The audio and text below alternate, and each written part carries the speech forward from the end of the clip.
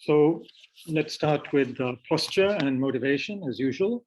So make sure your posture is appropriate, a good strong foundation in the posture, meaning that your feet are in a good connection with the ground or cushion, sofa, wherever, and that your back is well supported.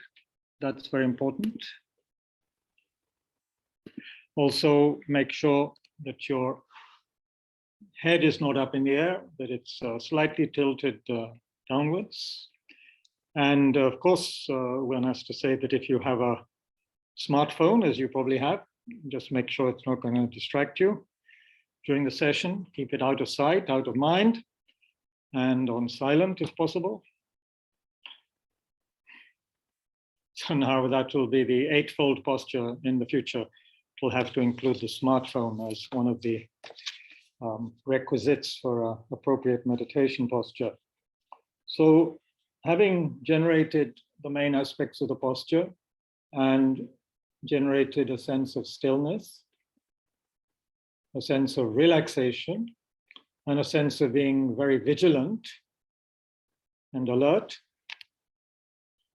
please listen to these few words from Shantideva, from his great text, which we are looking at in the evenings. He's speaking of impermanence, which is something we are advised to remember every day without fail, to make the day worthwhile. So this is from chapter 2 of Shantideva's great text, Guide to the Bodhisattva's Way of Life. The untrustworthy Lord of Death doesn't wait for things to be done or undone. Whether I'm sick or healthy, and one could add young or old, this fleeting lifespan is unstable. Leaving all, I must depart alone. Yet through not having understood this, I have committed various kinds of unwholesomeness in connection with friends and enemies. My enemies will become as nothing, and my friends will also become like nothing. I too will become nothing. Likewise, all will become nothing. And just like a dream experience, whatever things I enjoy now will become a memory. Whatever has passed will not be seen again. So remembering this, generate a sense of healthy, dharmic weariness, sadness with the situation of this ordinary life of an ordinary person in samsara. Ordinary meaning not yet achieved the higher realizations of emptiness, bodhicitta, and so forth. So still a little bit floundering and thrashing about in the ocean of samsara, the ocean of uncontrolled continuity of these contaminated aggregates of body and mind, powered by delusion and karma. We're still in that situation, as are all other mother sentient beings who are not yet Arya beings. So that means the vast majority of beings, 99.99999%, are in this state of misery. So reflecting on our impermanence, our death, reflecting on the wish for everyone to be happy and free from suffering, make the strong determination that I'm going to make my mind both stable and insightful by practicing together with these other Dharma brothers and sisters. In this way, may we make our lives more meaningful for ourselves and others.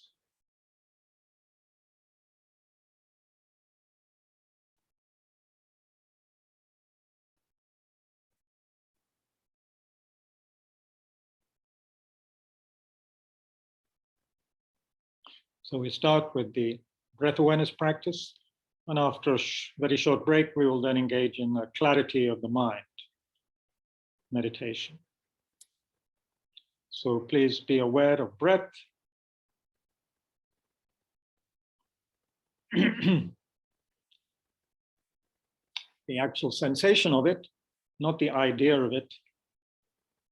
We're trying to balance that overemphasis we have in our lives, in our education of the intellect, thinking, conceptual mind, which, though important, is overemphasized in our life and leads to constant problems. So let us be with the sensation of breath as it enters and leaves our nostrils. At the tip of our nostrils, if we can. But if that's too difficult, don't worry. Focus on the rising and falling of the abdomen as we breathe in and out.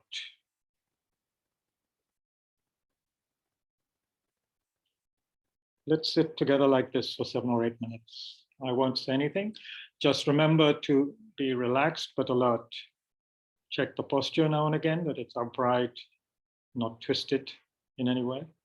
And let there be a sense of using the out breath as a dissolving, as a way to dissolve and relax, let go of this heavy, kind of sticky, grasping quality we have, holding on to I, me, mine. Let that dissolve with the out breath.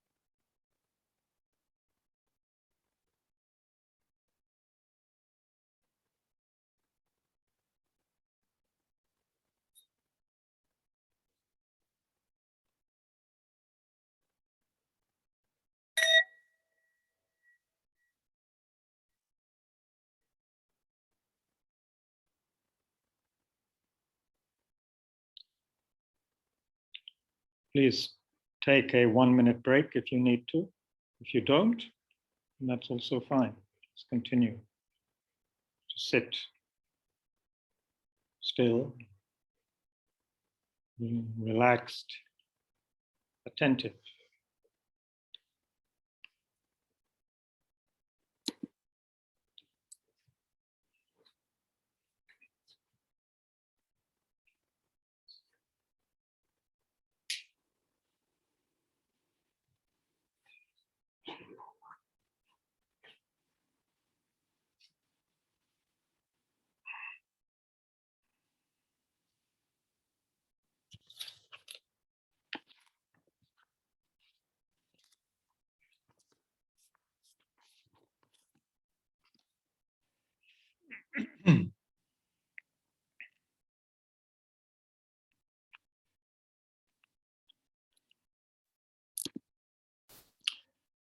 Okay, let's recommence.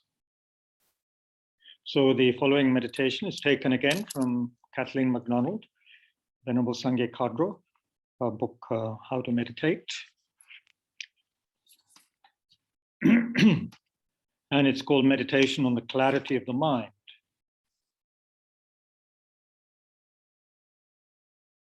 Mind is said to be clear and knowing. It has the ability to be clear or transparent, translucent, to reflect, and to know. It has a cognitive quality. But for our purposes here, the following intro will be enough, and then we'll meditate for 7 or 8 minutes on this practice. And then for those who wish, we will have, as promised, a short discussion based on whatever may have come up this week for people in the practice. And again, thank you all very much for being here. So here I'm reading pretty much verbatim from Kathleen MacDonald's book. She says, this meditation is especially effective for softening our view of our own self. Normally, our self-esteem is low based on past mistakes, personality faults, bad habits, and the like. But anger, jealousy, selfishness, depression, and the other problems that haunt us are mental experiences, and therefore, by nature, they are actually clear as well as being transitory, impermanent. These states of mind depend for their existence on our belief in them, on our, what one might say, our ignorant, mistaken belief in them. They appear and we grasp onto them as very solid and real, when they are not, right? So by recognizing this in meditation on the mind's nature, we learn to let go of and stop identifying, with these experiences.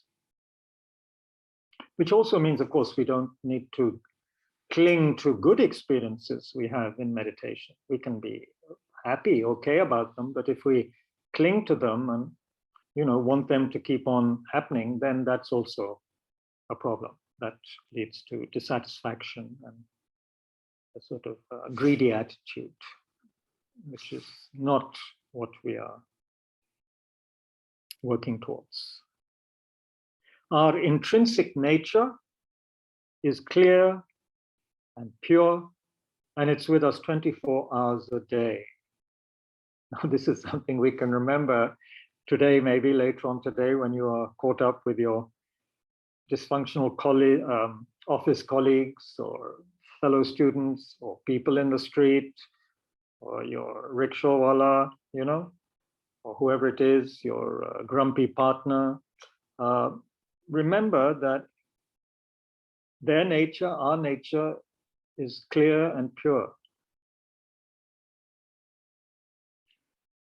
The negativities that rise and fall, like waves on the ocean of our consciousness, are temporary and they can be eliminated. consistent practice of this meditation will eventually generate a certainty about this pure nature to the point where it becomes our reality, our actual experience. This is also a natural step towards understanding the more subtle nature of ourselves and all phenomena, which we call the emptiness of inherent existence. Okay, so again, remember the motivation, the overall motivation, weariness of samsara, weariness of this repetitive cycle of neurotic thought, behavior, speech, which can be so confused, so clumsy, so harmful to ourselves and others. Be wary of that. Have a sadness for one's own sake and also for the sake of others. And think how wonderful it would be if we could create just a little bit more clarity and light and joy in other people's lives. And especially if we have responsibility for children, our own children, or if we are teachers, or people who have interaction with youngsters in our extended family. So then, isn't it our responsibility to help them generate some kind of trust in us due to the clarity, the sanity, the openness of our minds and our behavior, the wholesomeness of it?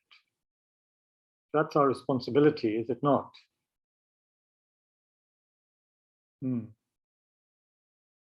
So begin by breathing in deeply, perhaps through both nostrils, generating again a sense of stability and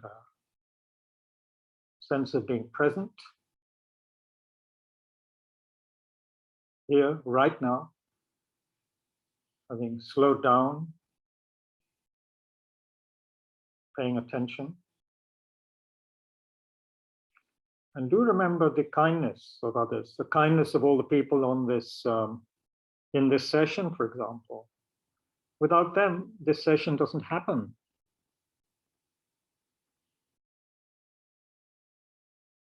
So all of them, all of us,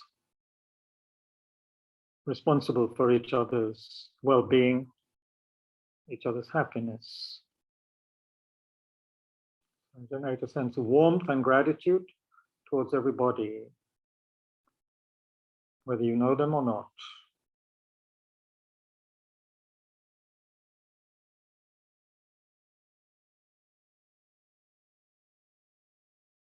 And to the two people here at Tushita, in the Gompa, which so many of you know and appreciate.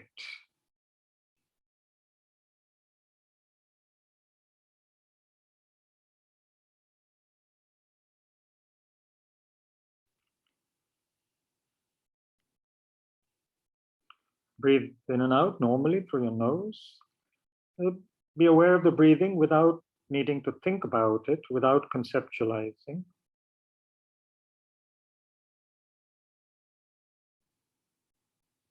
And once you feel there's a little bit of stability and awareness of the breath, a sharpness to it, bring your attention to what, in words, we're going to have to call the clarity of your own consciousness.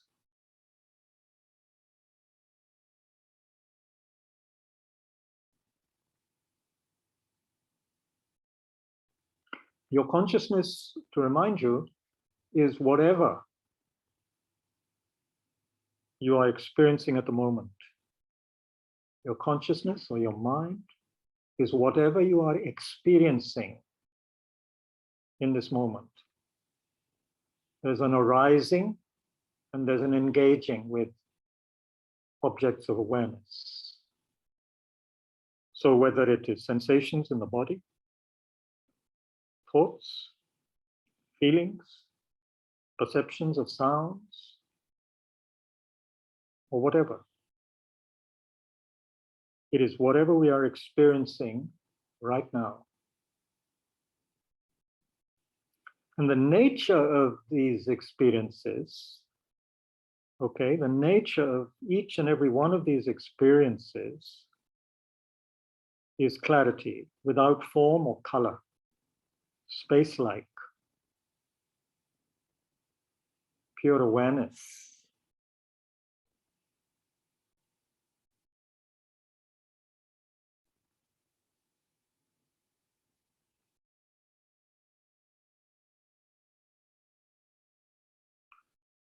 So see if one can bring one's attention to this clear, pure nature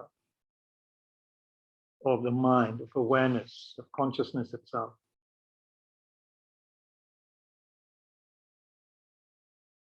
Dropping thoughts and concepts, labels,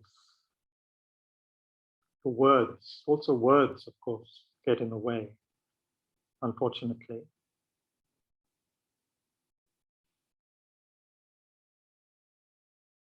So just be with whatever is arising, breath,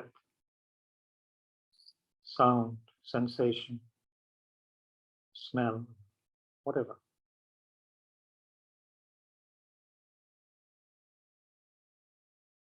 Whatever is appearing in the visual domain if your eyes are open.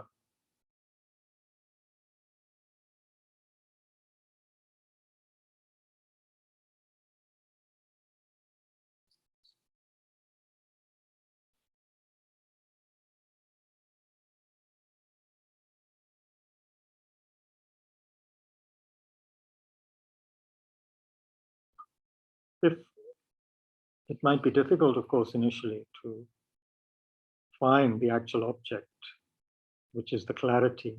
So if it is difficult, meditate on a mental image of clarity. One way to do this is to visualize space. So for this, you could imagine that you are lying on a hilltop.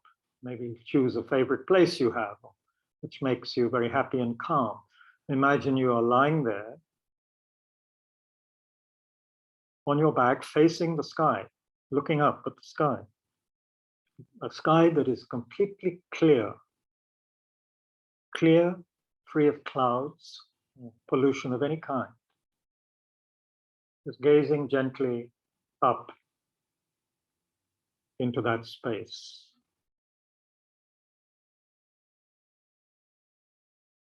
And focus on this vast, unobstructed, empty space. And imagine that somehow it's flowing down and embracing you and your surroundings completely.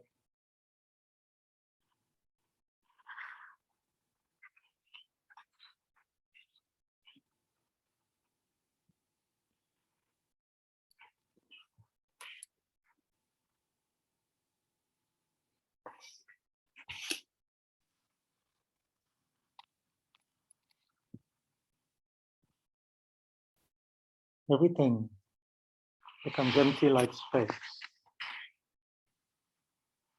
Body,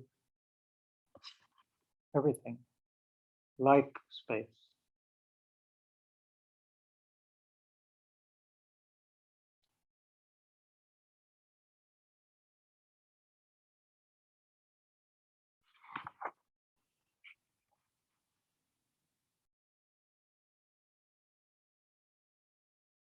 Really inside, feel that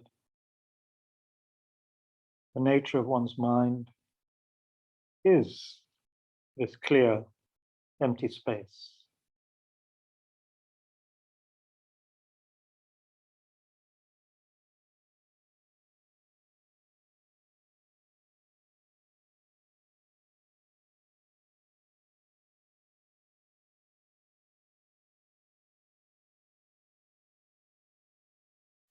Thoughts, distractions will arise,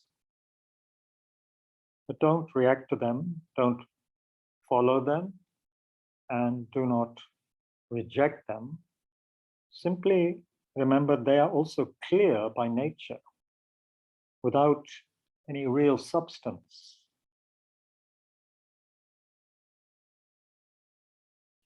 Simply watch them come and go, then return to the awareness of the mind's clarity.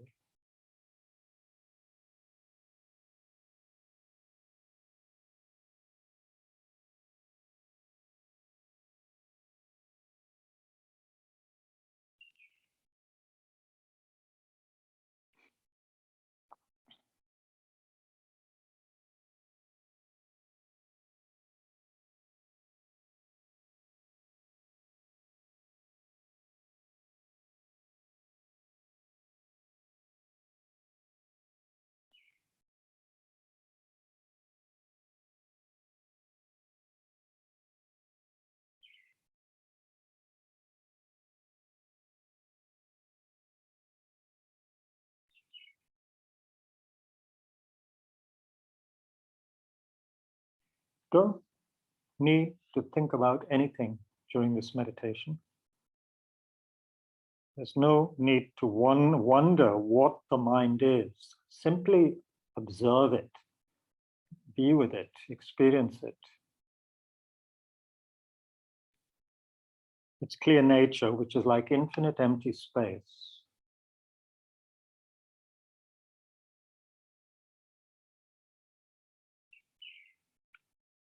That's sufficient. Be natural about it. Meditation is, or at least can be, simple and natural. Nothing special. We're not putting on a performance for ourselves or others.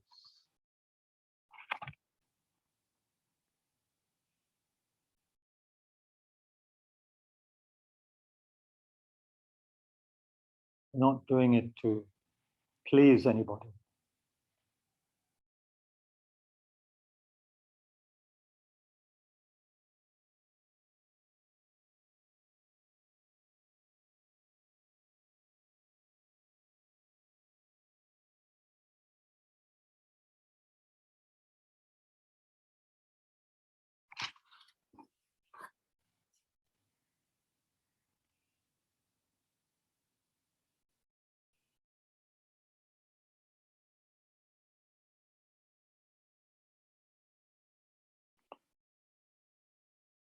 Then Sangye Kadru mentions that concentration means holding the mind on an object continuously without forgetting it.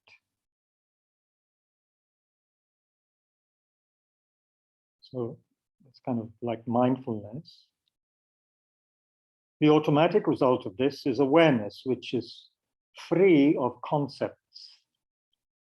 Concepts refers to anything which is connected with an idea, with a thought, with thinking mind. A light does not need to think, I am dispelling darkness. It simply illuminates. So awareness is an inner light that enables us to see things more clearly. It dispels the heaviness of how things appear to us, thus weakening our clinging or our aversion to those things.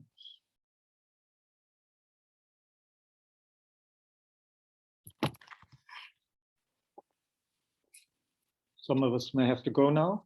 So if you do, before that, you just dedicate briefly and then we'll continue with the discussion. So please dedicate for several people who have been ill and sick. So for Len Pether in Australia, for him and his family, and for Owen Cole, a student in Australia who is sick, very good friend and old student. Then also for Alice, a very kind, generous lady from Singapore, who's supported the Dharma for a long time. And then also closer to home, the aunt of Vishad, who helps at Tushita, who was leading the meditations earlier this week. She passed away, Vimla Tomar. She passed away 3 days ago. So please dedicate for her to have happy, peaceful, good rebirth. And please dedicate for us to become more and more adept at uncovering the precious Buddha nature, which is clear, spacious, full of love and compassion, and deep intelligence, wisdom. May we uncover that and radiate that for the benefit of all beings who are suffering in the fog of their confusion, in the fire of their pain, their anger.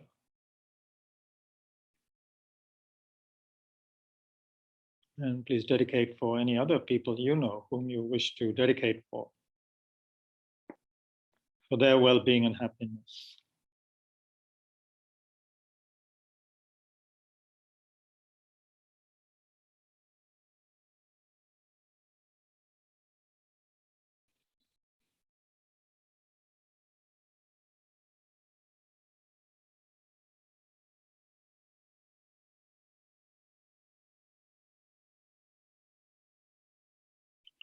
Okay, thank you very much. So those who need to depart, you anyway, at any point you can leave, anyone, of course.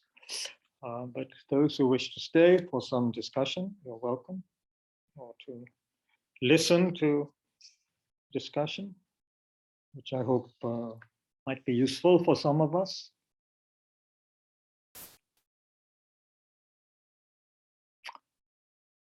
We have some people here who I'm sure can offer a lot of insights to us, all students, Ajivji, Mayaji, and others. And we have the cumulative life experience of Aruna Vasudevji, who's also here with us. So anyway, but based on this week's meditations, are there anything that people want to speak about? Please put your hands up, or let me allow you to unmute yourselves. Yes. Okay.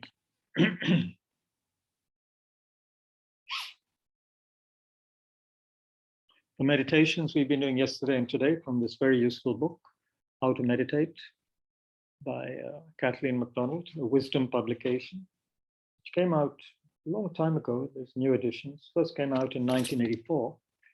It's proved to be a very useful book for many people.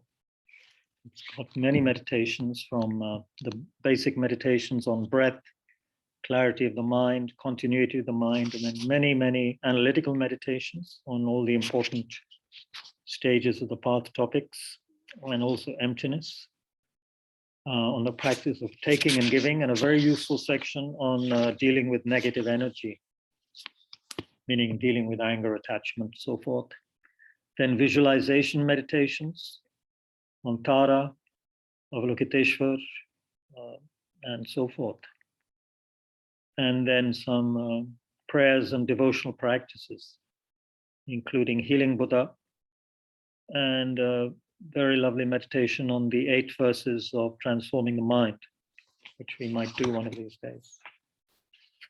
These great 8 verses of thought transformation, how to reflect on them. Anything?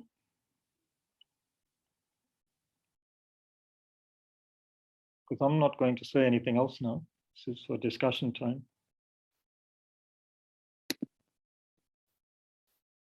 Okay.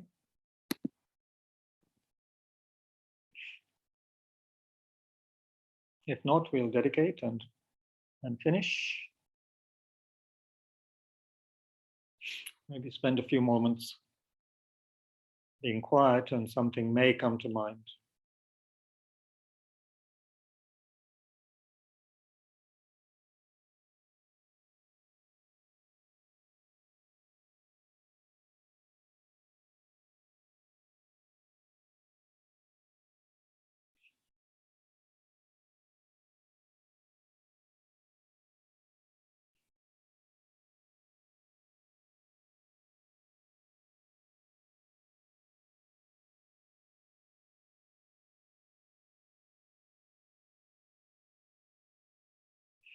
Okay, good. We'll finish with some wonderful words from Shantideva, from his dedication chapter.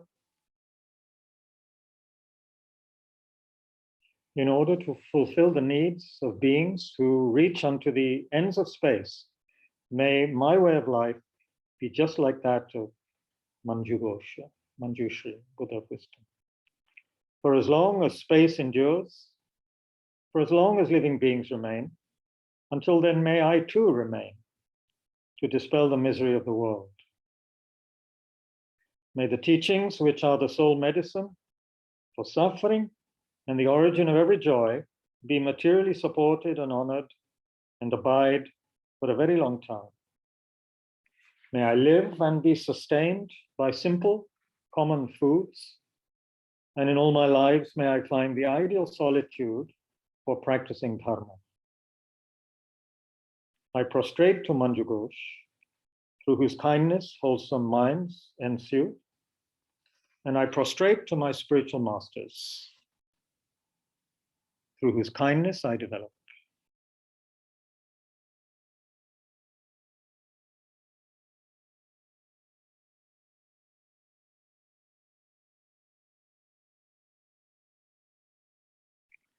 Thank you all very much. May see you on Sunday morning, some of you, 11 a.m. And then possibly Monday morning, and then Monday evening for our regular Monday evening session. So thank you all very much.